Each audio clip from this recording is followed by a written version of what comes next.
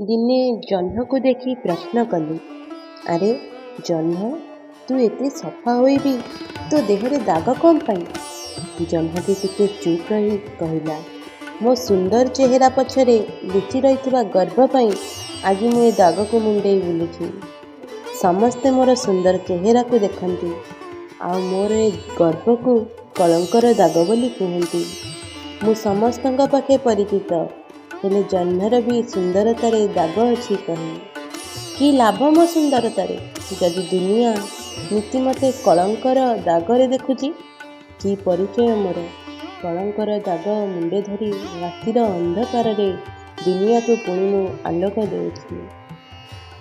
ଦିନର ଉଜ୍ଜ୍ୱଳ ମୋତେ ଲୁଚେଇ ଦିଏ ତା ଗର୍ଭେ, ଯେମିତି ମୋ ସୁନ୍ଦରତାର କିଛି ମାନେ ନାହିଁ। ରାତି ହେଲେ ପୁଣି ଆସେ କଳଙ୍କର ଭାର ନେଇ, ସଭିଙ୍କର ଜୀବନରୁ ଅନ୍ଧାରକୁ ନିତି ଭଳି ଦୂରେଇବା ପାଇଁ। ଏଇ କ'ଣ ମୋ ଜୀବନର ଅନ୍ତ? ହେଲେ ସେଇ କଳଙ୍କ ଭିତରୁ ମୁଁ ନିଜକୁ ଏତିକି ବୁଝିଛି, ଏତେ ବୋଝ ମୁଣ୍ଡେ ଥାଇ ବି କର୍ତ୍ତବ୍ୟରେ କେବେ ମୁଁ ହେଳା ନ କରିଛି। ତଥାପି ଦୁନିଆ ମୋତେ କଳଙ୍କିତ କାଲି କହୁଥିଲା, ଆଉ ଆଜି ବି କହୁଛି।